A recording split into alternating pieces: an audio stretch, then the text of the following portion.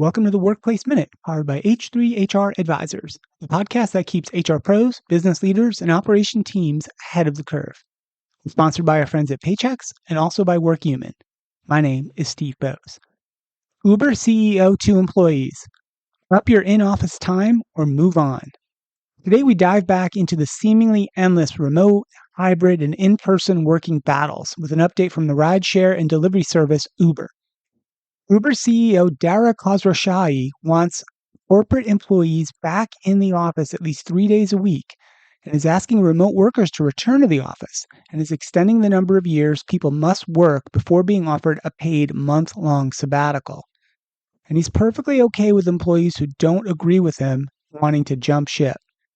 In an interview with CNBC this week, CEO said these changes could push some employees away, but he thinks that may not be so bad. The good news is the economy is still really strong. The job market is strong, he said. People who work at Uber, they have lots of opportunities everywhere. It does seem curious for a CEO to willingly implement an increased in-person work requirement while simultaneously acknowledging that that requirement would likely drive some workers out of the company and that those same workers would be in high demand in other organizations. Of course, if the real goal of the increased in-person work requirement is to conduct downsizing by another name, then sure, the changes to the hybrid work policy make sense. The company then gets to do layoffs without the negative publicity and separation costs that come along with mass employee reductions.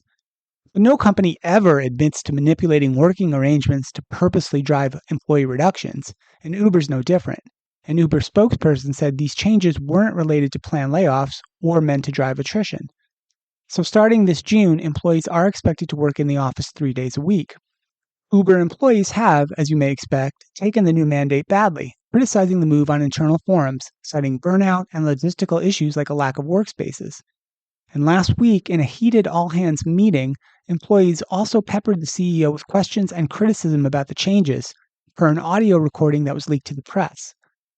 Following the tense all-hands meeting, Uber's chief people officer issued a memo stating that certain employee comments made during the broadcast were, quote, unprofessional and disrespectful, and had crossed an acceptable line. Now, it could be that some of these comments were indeed unacceptable, but you also have to feel for employees who continue to wrestle with these constant demands to return to more in-person working. These are never accompanied by any real data or provable rationale for their value. Execs like the Uber CEO are so insulated from the day-to-day challenges that the rest of us face, managing our work and our lives outside of work, that they can change these policies pretty easily.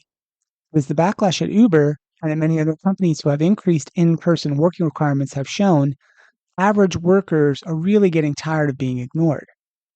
We will see in time if the labor market rebounds enough to put workers more firmly in control and to see how these out-of-touch CEOs respond to their increasingly arrogant and arbitrary edicts. Want more on the future of work, talent, and tech? Be sure to follow or subscribe and share this episode with a colleague who cares about getting the workplace right. That's it for the show today. We will continue to follow this and all the important topics and trends in the world of work here on the HR Happy Hour Media Network. This has been Steve Boese for the Workplace Minute, powered by H3 HR Advisors.